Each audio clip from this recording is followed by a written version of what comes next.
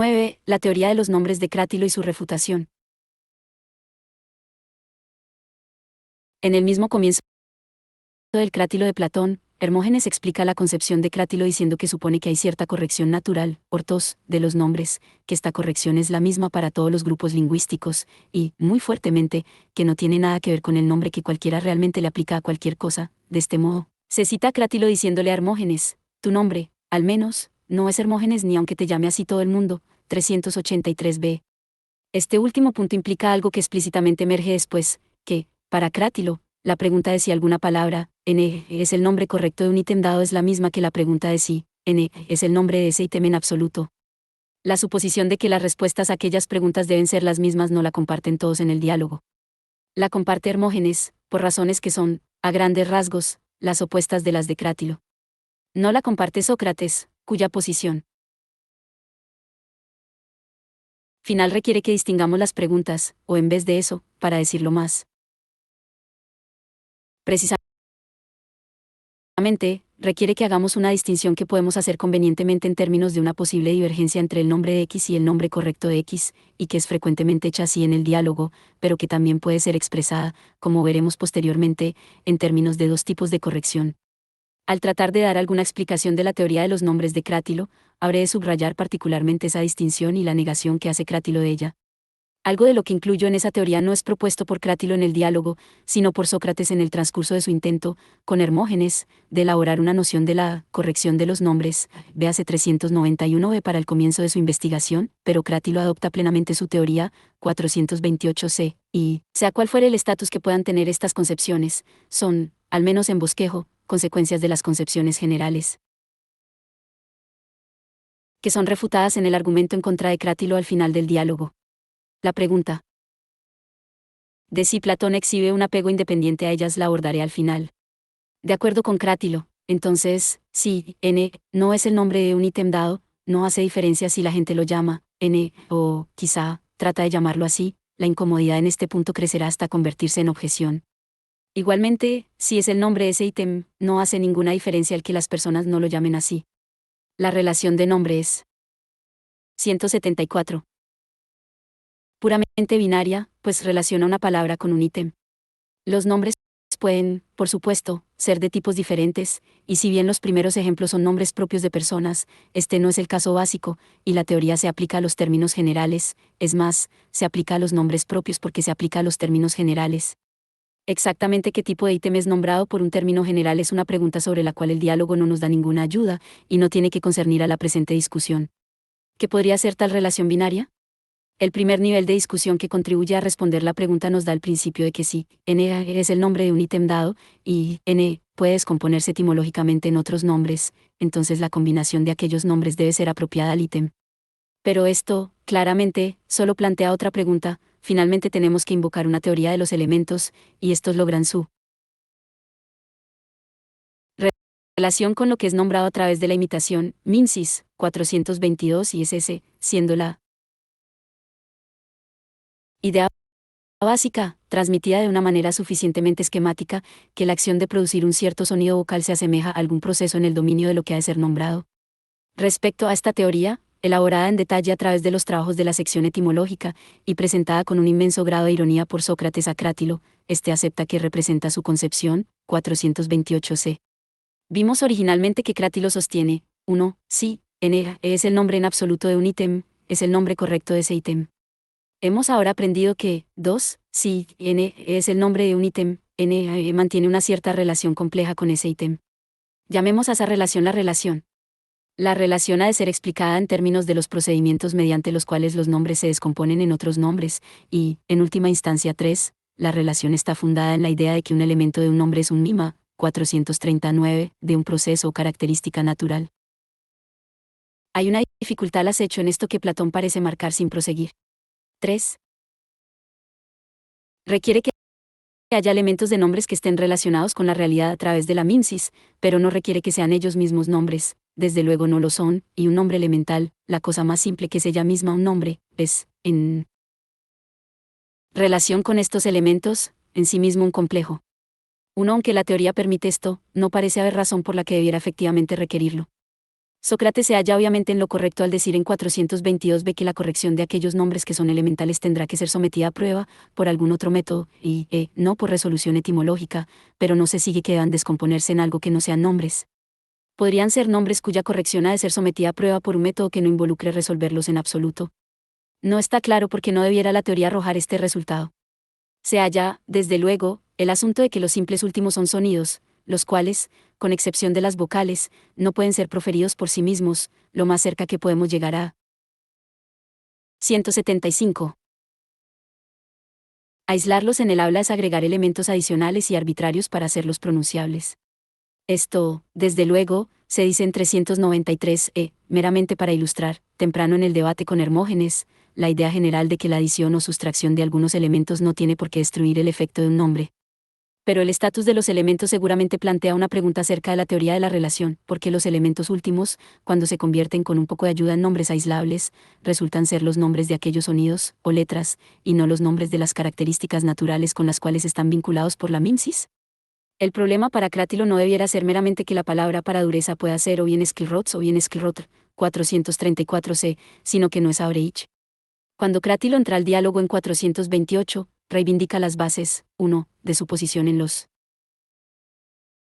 términos más fuertes posibles, resistiendo al mismo tiempo la sugerencia de Sócrates de que los legisladores, nomotetai, considerados como los que impusieron originalmente los nombres, han hecho su trabajo mejor o peor. Así que, ¿son todos los nombres correctamente aplicados, orskeitai? Pregunta Sócrates, y Crátilo responde, sí, por lo menos todos los que son nombres, 429 10-11. En respuesta, Sócrates hace explícita la distinción negada por 1, en la forma de distinguir entre la concepción de que el nombre, Hermógenes, no se aplica, que estai, en la tercera persona presente, y la concepción de que se aplica, pero no correctamente, y Crátilo dice que no se aplica a él en absoluto, sino que es el nombre de alguien que tiene la naturaleza apropiada, y, con quien el nombre tiene la relación. El paso esencial de Sócrates para refutar estas aseveraciones es mostrar que no dejan a Crátilo con nada coherente que decir cuando uno introduce la dimensión de lo que los hablantes, de hecho, hacen con los nombres, una dimensión necesariamente dejada fuera. Por cualquier concepción que encuentre la entera explicación del nombrar en la relación, puesto que esa relación es simplemente una relación entre palabras y cosas. El primer ejemplo de Sócrates, 429, ingeniosamente introduce la acción de dirigirse a alguien, proseipein, con el nombre incorrecto. El ejemplo es de alguien que, en un lugar del extranjero, saluda a Crátilo y dice, bienvenido, visitante ateniense, Hermógenes, hijo de Esmicrión. 2. La cuestión es, ¿no se dirige siquiera a Crátilo, sino a Hermógenes? ¿O a nadie? Cuando Crátilo replica que tal persona le parecería el pensastaials, hablar, uno podría pensar que significa, sin propósito, su respuesta deja a Sócrates todavía con el espacio para preguntar, de manera más bien extraña, si de lo que habló era verdadero o falso, pero esto provoca la explicación de que estaría haciendo un ruido, como alguien golpeando una cacerola, y esto retrospectivamente ofrece la posibilidad de una lectura diferente para Als, estaría meramente produciendo. Habla. 3. Esta conclusión puede ser relacionada muy simplemente con la posición de Crátilo. Es importante que Crátilo no tenga que decir, lo cual sería simplemente falso, que el hablante se dirige a Hermógenes más que a Crátilo.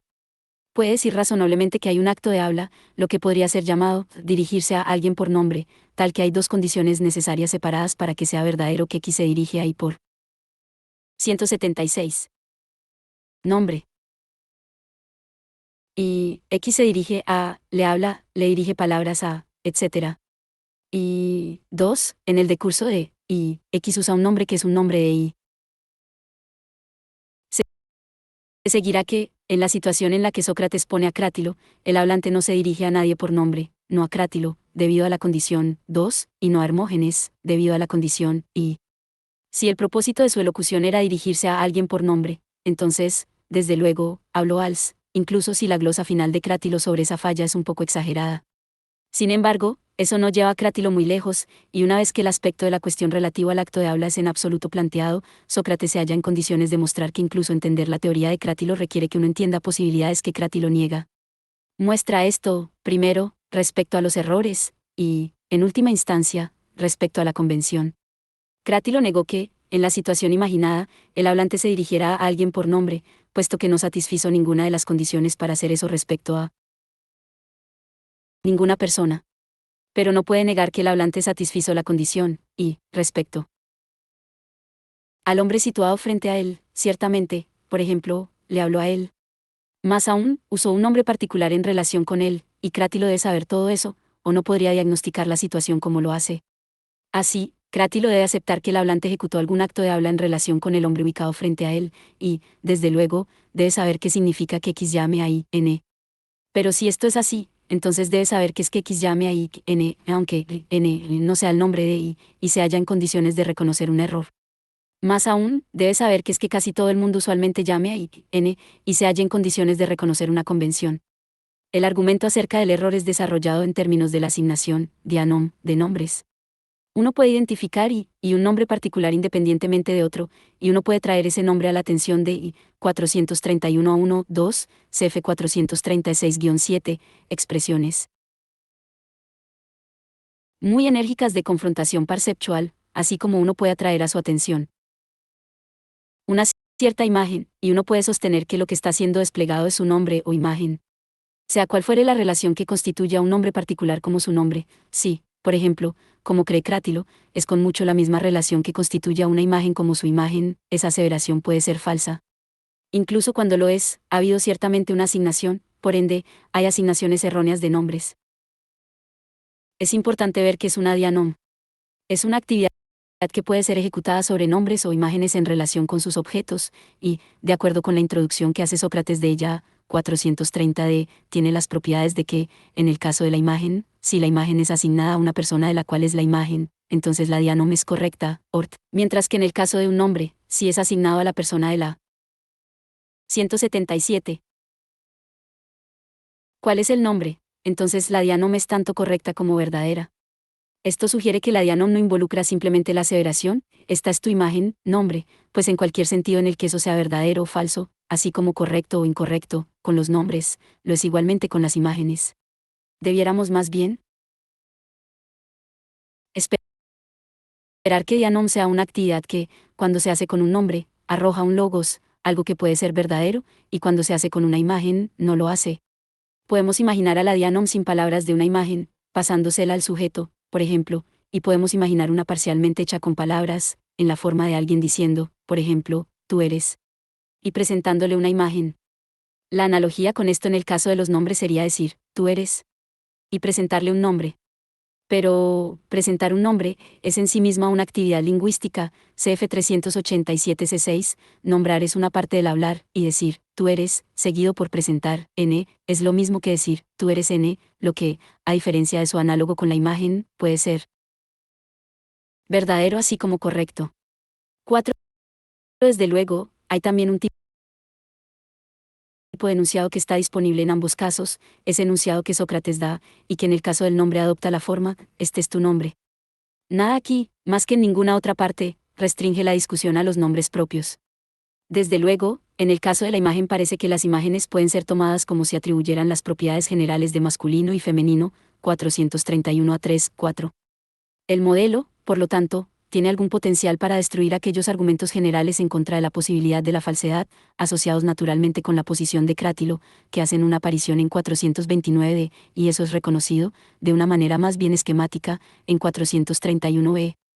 Aquellos argumentos descansan, de un modo u otro, en la idea de que una expresión no puede dejar de adecuarse a la realidad, puesto que debe haber sido asignada o bien a nada, o bien a cualquier cosa que sea con la que se adecue.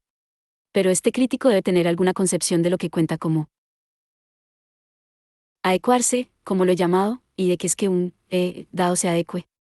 Pero, por otro lado, tiene un entendimiento de, al menos, algunos enunciados de la forma, se adecua a eso, un entendimiento que permite también la posibilidad de que tal enunciado sea falso, y esa posibilidad es la misma que la de que no se adecue a la realidad. Esto tiene la misma estructura que el argumento de Anome en el Crátilo. Desde luego, el potencial para destruir el argumento en contra de la falsedad no puede ser plenamente comprendido hasta que se encuentre un modo general de ubicar independientemente el ítem al que se adecua o no se adecua, y esto no es logrado hasta el sofista, si es que ocurre entonces. La tesis de que el crátilo no logra esto ha sido planteada por John McDowell, 5, quien señala que la función de indicar aquello de lo que se está hablando no se acredita a un constituyente en la explicación, sino que tiene que ser ejecutada por un acto de confrontación. Una limitación similar, se podría decir, se puede encontrar en la explicación dada por el teteto, en tanto que es siquiera parcialmente exitosa, de los enunciados de identidad falsos. El crátilo, sin embargo, desaprueba cualquier intento de dar una respuesta general, 429-7-8, y lo que dice quizá tiene un potencial más grande. 178. De ser generalizado de lo que la crítica permite. McDowell también objeta que la contribución del crátilo no es meramente limitada sino fallida, sobre la base de que trata de asimilar la falsedad a la precisión parcial, como si se pudiera descubrir que una expresión no se adecua a la realidad solo si su configuración general fuese correcta pero otras características erróneas. Pero esto es conectar la discusión de Dianon demasiado estrechamente con lo que sigue. Esa discusión dura hasta 431c3, y, desde luego, se relaciona, aunque no en términos muy generales, con las perplejidades de la falsedad. Desde 431c4, Sócrates desata una discusión adicional, AU, C4, diseñada para tratar con la relación misma. Esta discusión retorna a los asuntos del dar nombres, y las actividades de un homotets. Se podría pensar que Platón provoca confusión al moverse tan fácilmente entre el dar nombres y el uso de las palabras establecidas, puesto que las posibilidades de error son evidentemente tan diferentes en las dos. Pero, como lo ve claramente Platón, son diferentes solo si se hacen ciertas suposiciones que son negadas por Crátilo. De acuerdo con Crátilo, no hay ningún acto que un homotets o cualquier otro pueda ejecutar para hacer que n sea el nombre de i, o bien n mantiene la requerida relación con i o bien no lo hace. Por ende, lo que es llamado dar nombres sería meramente una variante trivial del describir. La distinción entre dar nombres y usar un nombre establecido se derrumbará también al otro extremo del espectro, con esa concepción radical del tipo Humpty Dumpty que Hermógenes ofrece desde temprano, 384 de 1, 2, 385, como una versión de lo que contrapone a Crátilo. Como Crátilo asimila el dar nombres al describir, así esto asimila el describir al dar nombres. La concepción, opuesta a estas dos, de que lo que es el nombre y depende de acuerdo y costumbre, 6 precisamente hace espacio para la distinción, puesto que hay una importante diferencia entre seguir una práctica y tratar de iniciarla.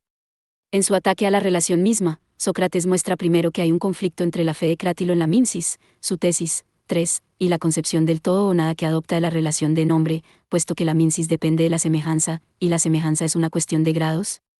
La misma noción de que una cosa sea un eigen, una representación, de otra, involucra este punto, pues la única noción absoluta de semejanza que pudiera usarse es la indistinguibilidad, pero un ítem indistinguible de Crátilo no sería una representación de Crátilo, sino otro Crátilo. La misma idea de una representación de X, tal como lo que Crátilo supone que un nombre es, ya implica al menos una selección entre las propiedades de X. El siguiente argumento, que incluye los ejemplos en 434-435, opera desde este punto para mostrar que podemos reconocer que N es el nombre de independientemente de la exactitud de su representación, y esto, como el argumento acerca de Dianom, socava la tesis 1. Pero va más allá, pues las mismas consideraciones muestran que uno puede reconocer a N como el nombre de I independientemente de toda semejanza. 3. Es erróneo, y, como dijera Hermógenes. 414c2, poner a la semejanza a hacer este trabajo es un negocio dificultoso. 7. Y tenemos que recurrir al acuerdo.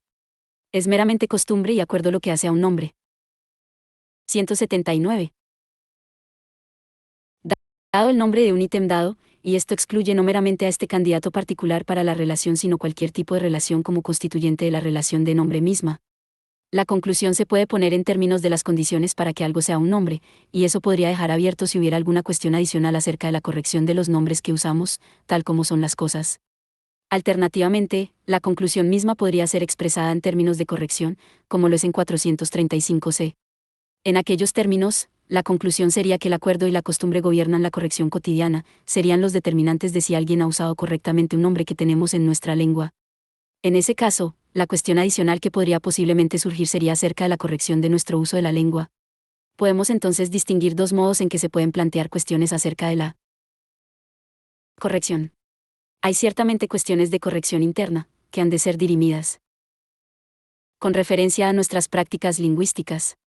Puede o no ser una cuestión de corrección externa, una cuestión acerca de la corrección de nuestras prácticas lingüísticas. Sócrates está de acuerdo con Hermógenes en que la costumbre y el acuerdo son los determinantes únicos de la corrección interna. Hermógenes, Sin embargo, piensa que no hay una cuestión adicional de corrección externa, mientras que Sócrates piensa que sí la hay requerimientos sobre lo que un lenguaje tiene que ser, que se siguen de lo que tiene que hacer. Este es el quid de las analogías de la herramienta en 387 y SS. Pero esto, como Kreutzmann 8 hectáreas dejado muy en claro, no tiene nada que ver con ninguna idea de que las propiedades materiales de las palabras se asemejen al mundo, como había sido afirmado en la teoría de la relación. Los recursos del lenguaje pueden ser adaptados mejor o peor a los requerimientos de la dialéctica, y eso lo haría mejor o peor en un sentido externo, pero será eso solamente por virtud de sus propiedades estructurales y las relaciones semánticas de sus términos entre sí, y no por virtud de su configuración o sonido o ninguna otra característica tal. Sócrates, entonces, difiere tanto de Hermógenes como de Crátilo al pensar que hay dos cuestiones, de corrección interna y externa, o, en la formulación alternativa, que hay una cuestión acerca de lo que es el nombre para un ítem dado, y otra acerca de si las prácticas que indudablemente le asignan ese nombre son correctas. Hermógenes piensa que hay solamente una cuestión, que es dirimida recurriendo a nuestras prácticas. Crátilo piensa que hay una cuestión, que ha de ser dirimida por el recurso básicamente externo de la relación, pero la propia respuesta de Sócrates a la cuestión externa será sobre líneas totalmente diferentes de eso. Las conclusiones de Sócrates no son formalmente inconsistentes con aseverar que los nombres de hecho poseen realmente algunas características miméticas, ni excluyen estrictamente la meta de remodelar el lenguaje de tal modo que los nombres adquieran tales características. Muchos han pensado que Platón muestra algún verdadero apego al principio mimético. Pero, por lo que concierne al lenguaje real, el tratamiento de la empresa etimológica como un todo, y particularmente del aspecto mimético, está cargado. 180. De ironía y advertencias. CF 426b1, la referencia al experto, 428 de Las dudas de Sócrates, y muchos otros pasajes, mientras que es un hecho notable que Sócrates está dispuesto a volver a realizar la diagnosis entera del lenguaje sobre bases opuestas a los principios heraclitianos que él y Hermógenes habían utilizado. Es más, dicen 435 C2-3, me place que los nombres tengan la mayor semejanza posible con las cosas, una formulación neutral que se halla entre la explicación del lenguaje real y la aspiración a uno mejor, pero es permisible tomar esto como si se refiriera a lo que Sócrates, desde luego, había aseverado mucho antes, que la estructura del lenguaje debiera representar la estructura de las cosas. Ciertamente esto es todo lo que debiéramos esperar que Platón encuentre importante. Aquí uno debe mantener en mente no meramente las conclusiones ya discutidas, sino los argumentos poderosamente desmistificadores hacia el final del diálogo acerca de lo que podría aprenderse del lenguaje. La minsis cratiliana no es lo que hace que nuestros no- nombres funcionen como nombres, y, si exhiben tales características en absoluto, surge la pregunta de cómo llegan a serlo. En el mejor de los casos, serán un registro fluctuante de observaciones hechas por los nomotets, como uno pudiera decir, por la experiencia humana. Como receta para la mejoría lingüística, nuevamente, el principio mimético no tiene nada que ofrecer. Las funciones del lenguaje, y los propósitos para los cuales podría mejorarse, son enseñar, aprender, informar, dividir la realidad. El conocimiento requerido para eso puede aparecer en el lenguaje solo si alguien ya lo posee, y si bien podría tener caso hacer que ese conocimiento apareciera estructuralmente, y de esa manera lograr que mejorara dialécticamente el lenguaje, no puede tener caso alterarlo en la dirección de la minsis cratiliana. Incluso si no es formalmente inconsistente con ella, un apego a la minsis cratiliana es de hecho proscrito por las conclusiones del crátilo. Este diálogo brillante, realista y todavía poco estimado no solamente muestra que la idea de que el lenguaje tiene poderes miméticos no podría explicar lo que es el lenguaje, permite que la creencia en tales poderes parezca ser lo que es, una creencia en la magia. Nota final. La frase en 435 C4-5 ha recibido varias traducciones. El SJ incautamente ofrece, aferrarse, para y, fuerza atractiva. Para. Yaoi trata esto, así como el uso por Hermógenes de en 414 C2, que se menciona explícitamente aquí, en términos de hambre, y en la República 488 A2, es usualmente tomado sobre las mismas líneas, cuán codicioso soy de símiles. Otros han tomado como si significara andrajoso, pero este sentido, de 23.208, claramente proviene de la noción de tacaño o de estar apegado al dinero de uno, lo cual no encaja, en cualquier caso, difícilmente va bien con el comentario de que recurrir al acuerdo es algo. Ninguna línea de lectura. 181. Presta suficiente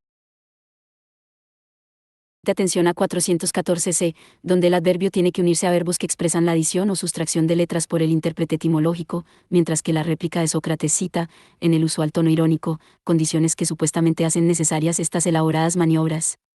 Esto encajaría con una interpretación de 435 que habla como, llanamente, un arrastre pegajoso, como hacer que un barco se mueva sobre una grada gomosa, uno tiene que trabajar duro para tratar de mantener en movimiento a la teoría de la semejanza.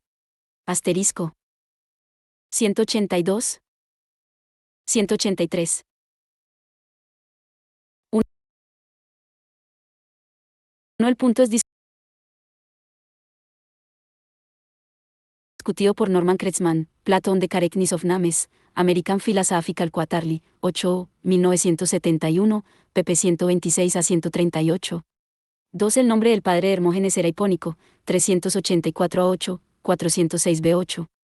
Se ha conjeturado que Crátilo realmente era hijo de Esmicrión, Cefe Dielskrantz, Diefragmente Herbor Socratiker, 6 aed, 1165.1 y nota. 3. Se admite que este sentido de, por ejemplo en Sófocles, Filoctetes 947, una mera imagen, está bien atestiguado solo donde ocurre con un sustantivo, véase Jeb, Adeloc. Pero la lectura sugerida, además de empalmarse con la última observación de Crátilo, tiene la ventaja de que le da una réplica que se relaciona con, y socava, todas las alternativas que Sócrates presenta en su pregunta. Es, desde luego, un término estándar no solamente para los sonidos humanos, sino para los aullidos de los animales, cf. Aristóteles, Historia de los animales 535 a 30, y para los ruidos que provienen de las cosas inanimadas, por ejemplo, una cacerola cuando es golpeada, DAT 179d. Estoy agradecido con los editores por comentarios sobre este asunto. 4. CF, la formulación en 429 C6 de la pregunta a la cual la discusión de la DIA no me ayuda a dar una respuesta, ¿no se halla en error alguien cuando dice que él es Hermógenes? 5. Platos, T. Tetus, Oxford, 1973, p. 236. 6. La frase estándar en el diálogo, cf. 384 de 8. Como señaló Robinson, solamente en ese pasaje y en conjunción con esa frase, en este diálogo expresa el contraste con, véase, The Theory of Names in Platos Cratylus, N6 in Greek Philosophy, Oxford, 1969, p. 112. 7435 C4-5, véase la nota final, infra, para esta traducción. 8 p. Sit, especialmente p. 135. Asterisco quien quiera que conozca a Will Owen y esté interesado en la filosofía antigua habrá aprendido de él. Yo mismo, aunque he sido solamente un estudiante de tiempo parcial de estos temas, he tenido la buena fortuna de ser capaz de aprender de él por más de 30 años. Sin embargo, espero, como otros contribuyentes debieran esperar, que este libro sea leído por muchas personas que nunca habrán conocido a Will en absoluto. Esa reflexión frecuentemente tienta a los contemporáneos de hacer reminiscencias, en la esperanza de preservar la esencia de su amigo y maestro para el futuro. Respecto a Will como maestro, no necesitamos caer en esa tentación. Sus escritos, en su compresión, su intenso poder de argumentación y su saber brillantemente lleno de ingenio, transmiten mejor que cualquier selección anecdótica lo que ha sido su influencia. 184.